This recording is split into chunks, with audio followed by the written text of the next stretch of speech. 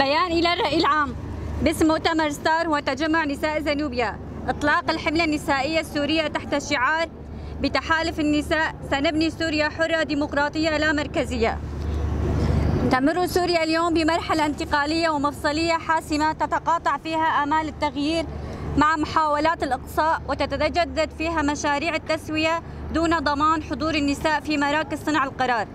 وفي ظل استمرار العنف وتهميش دور المرأة وتراجع صوتها في الساحة السياسية والاجتماعية، نرى حاجة ماسة إلى توحيد الكلمة المرأة الحرة، وإلى تحويل طاقة النساء إلى قوى سياسية قادرة على رسم مستقبل عادل وديمقراطي للبلاد. من هذه الحاجة ومن إرادة النساء السوريات في المقاومة والبناء، نطلق اليوم حملتنا النسائية تحت شعار بتحالف النساء سنبني سوريا حرة ديمقراطية لا مركزية، وفاء لروح المناضلة هافرين خلف التي جسدت بإرادتها الحرة معنى القيادة النسائية المسؤولة ومشروع التعايش والمساواة بين الشعوب، واستمرارا لمسيرتها التي آمنت بأن لا سلام دون حرية المرأة ولا ديمقراطية دون مشاركتها الفاعلة. إن هذه الحملة تنبثق من روح الكونفرنس النسائي السوري الذي انعقد في مدينة الحسكة بتاريخ 20 أيلول 2025 برعاية مؤتمر ستار وتجمع نساء زنوبيا، وبمشاركة أكثر من 600 امرأة من مختلف المكونات القومية والدينية والاجتماعية.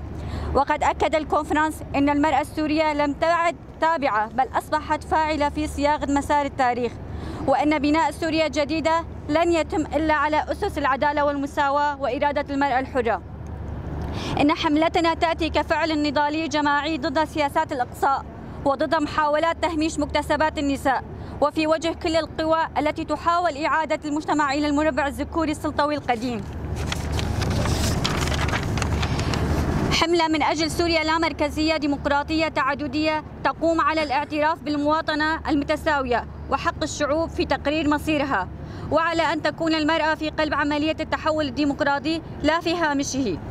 أهداف الحملة: توحيد صفوف النساء السوريات من مختلف المكونات لبناء تحالف نسائي وطني واسع وقادر على التأثير في مستقبل البلاد. النضال من أجل دستور ديمقراطي يضمن المساواة التامة بين الجنسين ويكفل حقوق المرأة السياسية والاقتصادية والاجتماعية. الدفاع عن مكتسبات المرأة في شمال وشرق سوريا بوصفها منجزا وطنيا يخص جميع السوريات والسوريين. مواجهة العنف والحروب بأدوات الحماية الذاتية النسائية وتعزيز الوعي المجتمعي بمفاهيم العدالة والمساواة. ضمان تمثيل النساء بنسبة لا تقل عن 50% في جميع مؤسسات الدولة والإدارة وصنع القرار. بناء شبكة تضامن نسوية إقليمية ودولية لإيصال صوت النساء السوريات إلى العالم وتوسيع دوائر الدعم الدولي لقضيتهن. برنامج الحملة: تمتد الحملة من 12 تشرين الأول حتى 12 تشرين الثاني 2025، وتشمل 3 مراحل مترابطة. المرحلة الأولى: نداء من سوريا 12 تشرين الأول، إطلاق الحملة من مدينتي قامشلو والرقة، وتوجيه نداء مفتوح إلى نساء سوريا والعالم لتوحيد الموقف حول مطالب النساء السوريات. تشارك تنظيمات والناشطات بمقاطع مصورة ورسائل تضامن تجمع عبر مؤتمر ستار وتجمع نساء زنوبيا.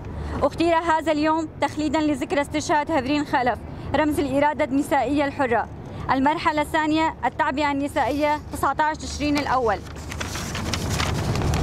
تنظم سلسلة من الأنشطة تشمل رسائل تضامن دولية من حركات نسائية حول العالم تنشر دعما للنساء السورية، ندوات حوارية نسائية تناقش فيها واقع سوريا ومطالب المكونات المختلفة، مفهوم الدفاع الذاتي النسوي من منظور جينولوجي وتجربة وحدات حماية المرأة يبجا، تجربة بناء المجتمع الديمقراطي في شمال وشرق سوريا كنموذج تحرري، تجارب النساء في فلسطين، بلوجستان، الهند وأمريكا اللاتينية في النضال من أجل الحرية والسلام.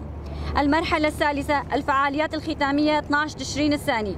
اختتام الحملة بعرض شامل لجميع المواد المنتجة، فيديوهات، بيانات، صور، مقالات، وإرسالها إلى المنظمات الدولية والبرلمانات ووكالات الأمم المتحدة ومنظمات حقوق الإنسان للمطالبة بدعم مشروع النساء السوريات لبناء وطن ديمقراطي عادل. ختاما بهذه الحملة نؤكد أن نضال النساء ليس مطلبا جزئيا، بل هو مفتاح التغيير الجذري في سوريا. نستمد قوتنا لنعلن: لن تبنى سوريا جديدة دون النساء، ولن تكون الحرية إلا نسائية الملامح، عادلة الجذور، ديمقراطية الجوهر. مؤتمر ستار تجمع نساء زنوبيا 12 تشرين الأول 2025 قامشلو.